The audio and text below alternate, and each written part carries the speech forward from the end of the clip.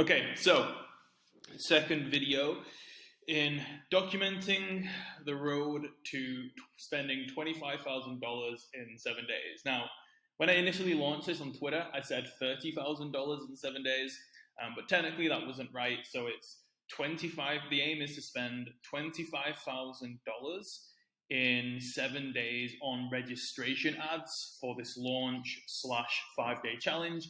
And then we'll spend an extra $5,000 to $6,000 on like reminder ads, getting people to show up, and then also the sales ads that obviously get people to buy at the end of the challenge. So I've changed it to 25K in 7 days because technically we've got under 7 days now until the challenge or the launch goes live, but we're going to spend basically 25K in a 7-day period. So yesterday I showed you all the different tests that we're doing. And you can see here that we've already started to turn some of them off. So I've basically just gone from all the different, we've got 26 campaigns running right now. And you can see that I've started to turn some of the stuff that just flopped off. So you can see like 16, 11, 11. Now some people would be like, what? If I'm getting leads for $10, that's good. But for us, that's not good enough. So we'd like to get leads a lot cheaper. And we don't, because we're in such we are strapped for time. We're under time pressure because obviously it's a live launch that, it's Sunday as I'm recording this and we go live Friday morning. We don't have the luxury of like letting these kind of like test for like a few days, maybe just to see if they're successful or not. With this, because we're stuck for time, we've got to be very, I suppose the word is, we've got to be quick to turn stuff off that isn't working and just like move on to the next thing to try and find some quick winners as quickly as possible. So that's why we turned all of this stuff off. For us, we want to get the overall campaign lead cost to be about $5. That includes all of the tests, like the whole budget, $25,000. If I just double check, if we spend $25,000. It's going to be easy math this. And we get $5 leads. That's obviously 5,000 registrants from the ads. That's what we want to get. That's the goal. So our overall lead cost of $5.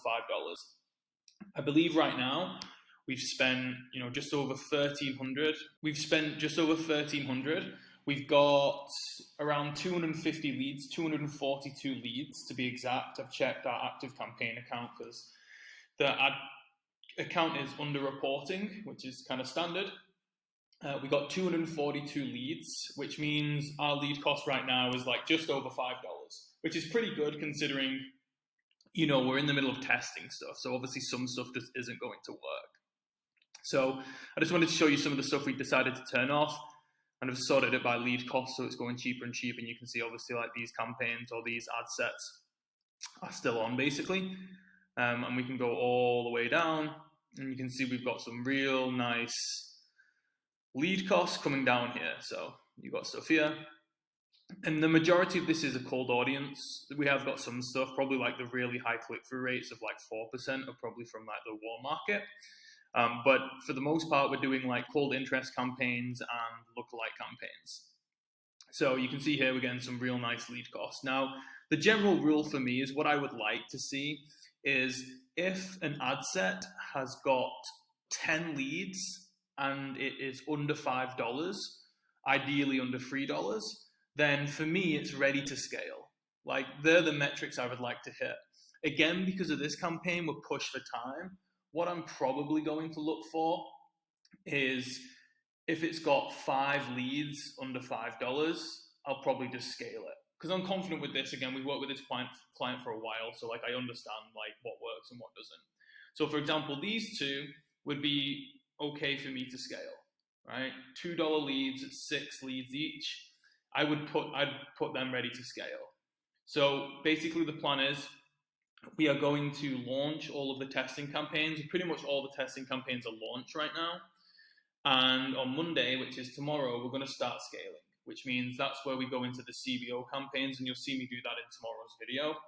But we basically batch ad sets together and scale them with CBOs. I won't talk about that strategy too much today because I'll be doing it in the following video. So yeah, this is what it's currently looking like. So we've got quite a lot of good stuff. The challenge was basically the ad limit on one of the pages, or a couple of the pages. So we had one page, a business page on Facebook, and it had an ad limit of 250. Now, if we've got 26 campaigns running, we've got like 10 plus ad sets in each campaign, and each of one of those ad sets has 2 to 4 ads. We basically maxed out the page limit very quickly. So we got another page, so we started advertising from 2 different pages on Facebook, and we've basically hit the limit on both of them. So that was obviously an issue. So obviously we went through and turned off some stuff, even if it was premature. We started to turn off some ad sets that, just weren't working. We turned off some of the warm campaigns as well, or some of the warm ad sets. So we were targeting like this client's Instagram following, 180 days engagement. And we also had some warm ones that were 60 days engagement, just to see which was better. Well, we started to turn off the 60-day engagement because obviously that audience was already included in the 180. And we just felt we were probably blasting the warm audience a bit too much, and we needed some ad capacity. So there was no point targeting 2 different ad sets to potentially the same people. So we've turned off a lot of the warm ad sets now, and we're going to try and just focus, get that ad capacity back so we can start scaling to colder audiences. So that was one thing we did. We went off and turned off a load of ad sets that weren't performing / with duplicate audience. And then all this new stuff we launched, which was like yesterday, was, you can see we usually test at $5 a day. That's what I like to do. Every single ad set we do for leads is at $5 a day. But because we need to spend 25K in what it is, today is Sunday. So we've got Sunday, Monday, Tuesday, Wednesday, Thursday, and then we got a bit of Friday. So we got 5 to 6 days, and we've only spent $1,500. So we've got $2,300 to spend in 5 to 6 days. So, and we don't have ad capacity. So therefore, we've started launching the testing ad sets now at $10. And you can see some of this stuff is working pretty well. So moving forward, when we launch new testing stuff, everything's going to be at $10. So that's kind of the main challenge today. If we go back to, just get rid of this.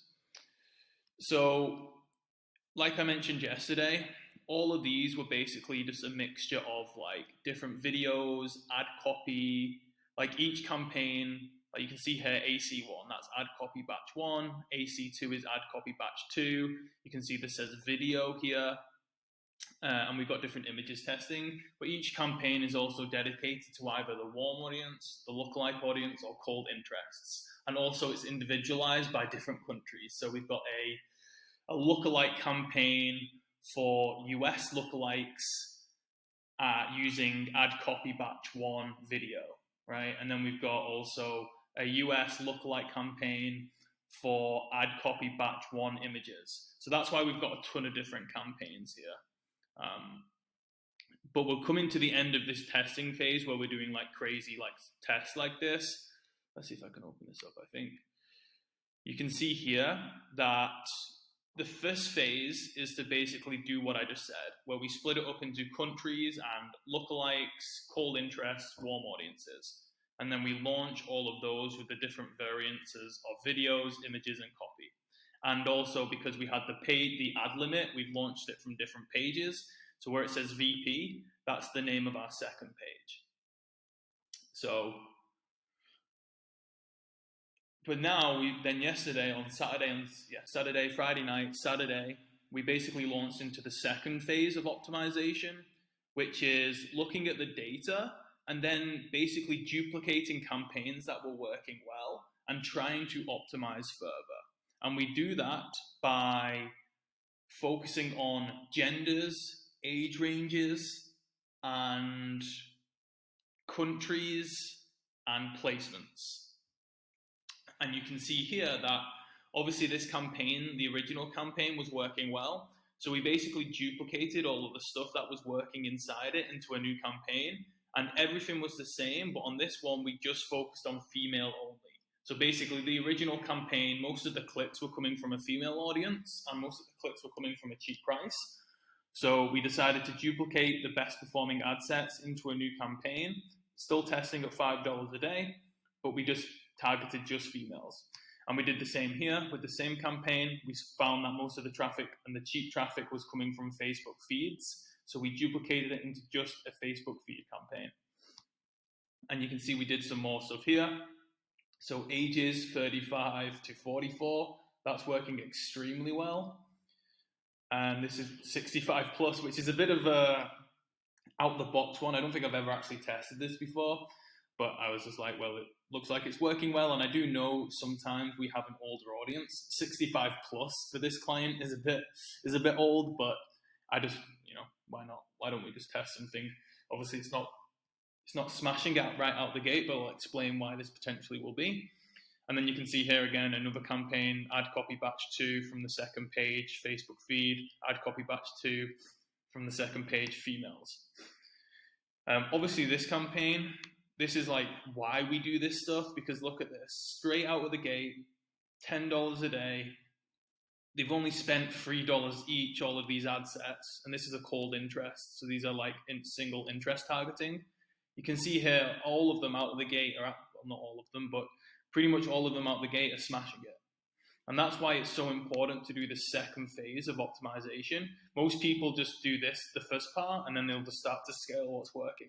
Where we break it up into different demographics, ages, countries, etc., to really drill down and see which is the best combination. And for obviously every one like this, where it's $3.99, you're going to get some of these where it's like $50, right? That's just the aim of the game. This one here, for example, and there is a lag. We've got about 100 leads missing from this ad, like the reporting, because obviously it just takes a bit of time to come through. So I'm not too worried that, some of these testing campaigns haven't got leads yet. I think they would have. Facebook is just a bit slow to kind of like report it through. But let's just have a look at this one, for example, right?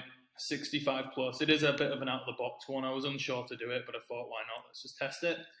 And you can see here that, okay, the overall lead cost is $50, which is shit, but they've only all spent like $3, and they're spending $10 ad budget in a day. So like it's nowhere near launch / even started to try and optimize yet. And one of them has already got a lead for $3, which is obviously cheap. So if any of these ads get a lead in the next, half a day, then it's going to be probably profitable for us. And you can see what Facebook does most of the time. Facebook, because obviously they can track the clicks pretty much 100% accurately, they instantly report on the clicks, right? So you can see here like 4 clicks, 6 clicks. It basically is up-to-date reporting on the clicks. But because of the whole obviously pixels and it has to send data and the tracking and stuff like that, sometimes the lead tracking can be slow. So I would imagine we've at least got 1 or 2 leads from this one, especially because our landing page is converting at 40% right now. So yeah, so this is probably reporting. It's probably it will be under reporting. So if we leave this, if I was to turn this off and then I would wait a day, there would definitely be more leads in here. So I'm not too worried about that. Like I said, we've spent 1,300. We've got over 200. We got 242 leads. So we've got just over overall lead cost of the entire campaign is just over $5. So I just went through just before and killed a load of different ad sets. So we've got some more capacity to launch some more ads now. So I'm going to go through and I'm basically going to do a few more of these where I basically pick one of these earlier campaigns that's doing well. So for example, I would look into it individually, right? So I would go to, let's say this one, right? So it's this one. Average $4. And you can see these two are killing it actually. So what I could do is launch more ad sets in here and say this one is doing really well. I would launch more ad sets with an interest or a lookalike that is similar to this one, right? If that one's performing very well. But that's a warm campaign actually, so. Like this one, for example. So we've got here that some are doing well. And basically what I do when I say the second phase of optimization I would basically break this down into, I'll just show you because, this is just going to be like a Facebook ads course, but let's just pick gender, for example. And I would look where all the clicks are coming from, because sometimes annoyingly Facebook doesn't break it down per lead. But you can see here that most of the clicks from here are male, and most of the clicks here are male.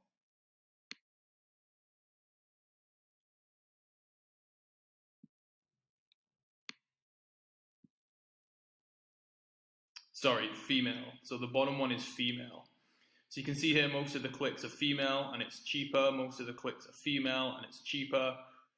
Most of the clicks are female and it's cheaper. So what I would do in this instance is I would highlight these 4 that are working well, and I would duplicate them into a new campaign and target female only, right? And then I basically would do it over else. I'd look at the placements or the platform and be like, well, if most of the cheap clicks are coming from Instagram feed, then I'd duplicate these 4 into a new campaign and target Instagram feed only. So that's what we mean by like the second phase of optimization. If this was if I was targeting multiple countries, this is just US, but if I was targeting multiple countries, I would break it down by country and see which country was getting the best or cheapest clicks. And then obviously, if you want to get cheap clicks from countries, you target places like India, etc. But if it was UK, Canada, US, Australia, the top 4, I would analyze it by country. And if UK was getting cheapest clicks, then I would duplicate these 4 into a new campaign and just target the US. So that's basically what we do. And again, I do it by age range as well, which you can see here. We've started to do female, Facebook feed, age ranges and stuff like that. So yeah, that's the second phase of optimization. That's what we will be doing today. And then, like I said, from tomorrow onwards, we'll be picking the best performers and basically scaling them. So make sure to watch tomorrow's video if you want to see the start of the scaling phase.